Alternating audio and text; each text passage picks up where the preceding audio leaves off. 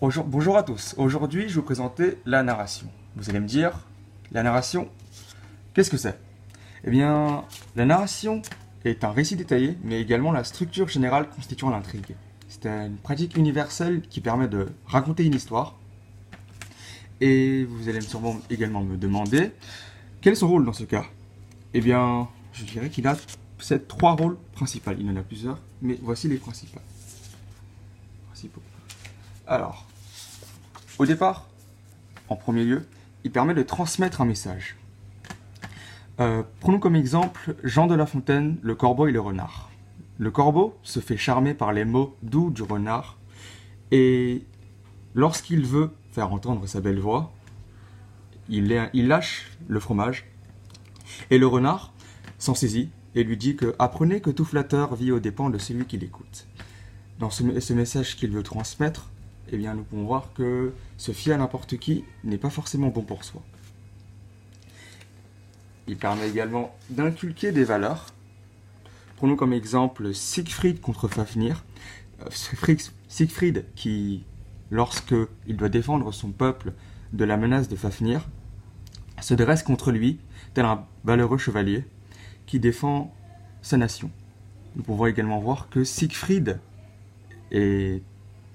veut dire défense et victoire dans sa langue d'origine, qui veut également dire Sigurd en allemand. Et plus récemment, nous avons également en fait ces mêmes procédés qui se répètent, des mêmes héros qui défendent certaines valeurs, tout comme Spider-Man, qui ne veut pas tuer ses ennemis et qui les laisse se repentir.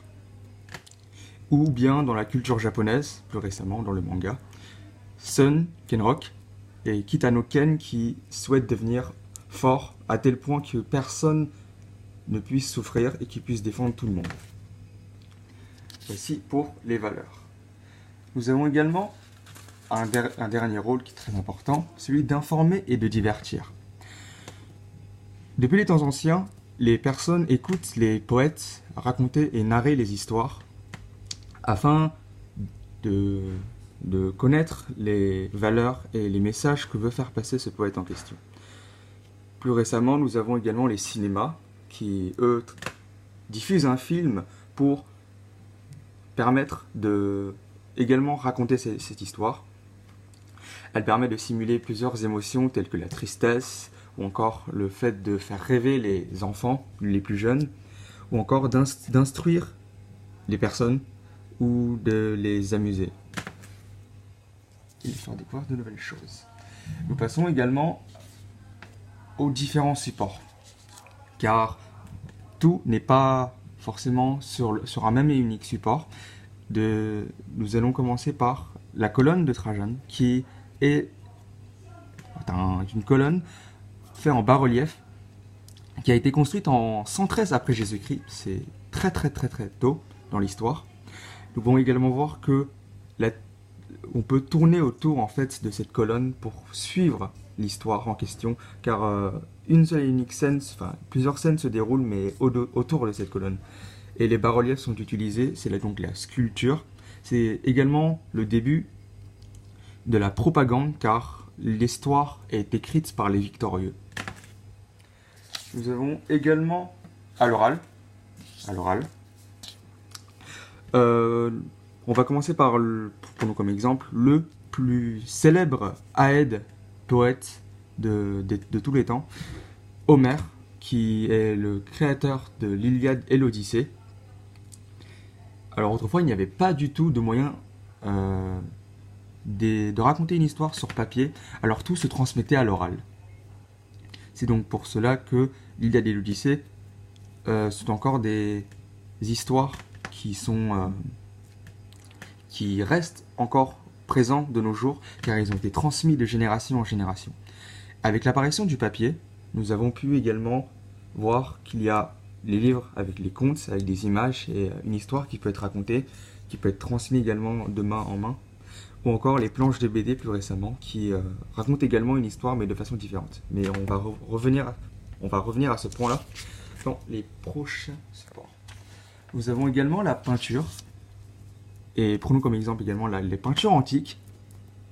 Les peintures antiques égyptiennes se basent sur un procédé qui de narration qui est différent. C'est-à-dire que les personnages plus importants sont donc plus grands et il désignait souvent un roi, un égyptien, et les plus petits, les moins importants, étaient des personnes de basse classe sociale ou des serviteurs, ou des offrandes, comme nous pouvons le voir ici. Et cette technique utilisée, employée, est la perspective signifiante. Et au fil des âges, nous avons pu constater que les récits étaient racontés de manière différente.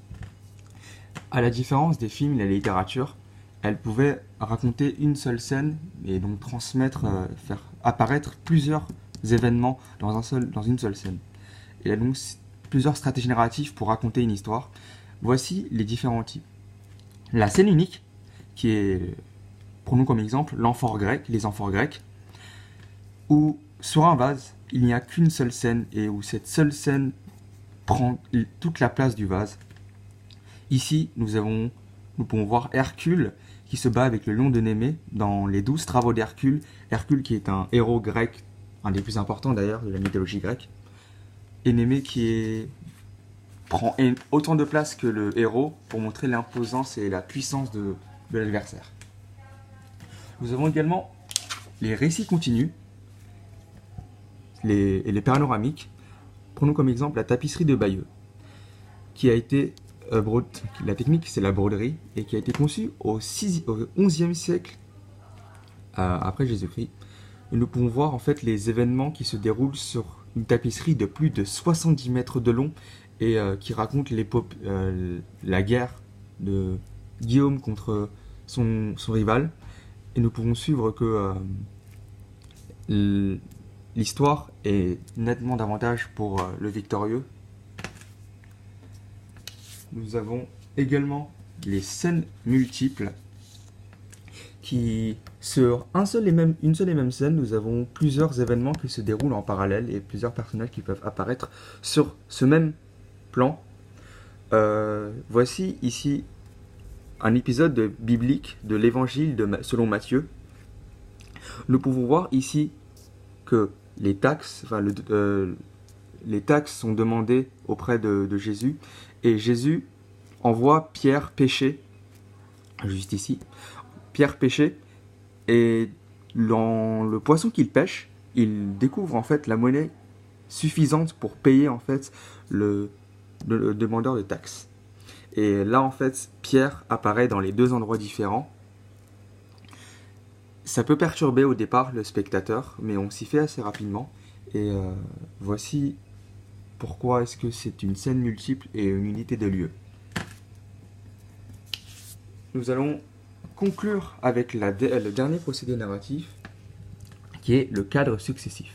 Le cadre successif est en fait sur une succession de cases, et dans chaque case se déroule un événement en particulier.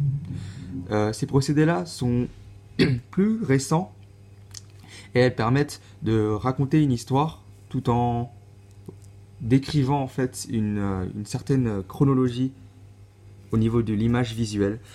Pour l'exemple, les BD, les comics ou les mangas, qui utilisent ce même procédé de cases et également en fait de plusieurs anciens procédés comme la perspective signifiante. Nous pouvons voir ici dans les comics que Spider-Man est plus grand, plus imposant, où on peut le voir qu'il ressort des cases. Et donc du coup, ça montre qu'il est important. Nous pouvons également voir qu'il y a des onomatopées qui également montrent la scène, qui situe, l'énonciation qui situe en fait l'action. Et ils ont tous à peu près en commun cette façon de faire des cases qui se succèdent une à une, mais par exemple prenons comme les comics et les mangas qui n'ont pas le même sens de lecture en revanche, car les mangas c'est de gauche à droite, droite à gauche, et les comics c'est de gauche à droite, excusez-moi. Les BD c'est également en fait dans le même style que le comics. Alors voilà, c'est donc ici que je conclus la narration. J'espère en tout cas pouvoir avoir pu être d'une grande aide, et d'avoir pu vous éclaircir sur ce qu'est la narration et son utilité. Bonne journée à vous.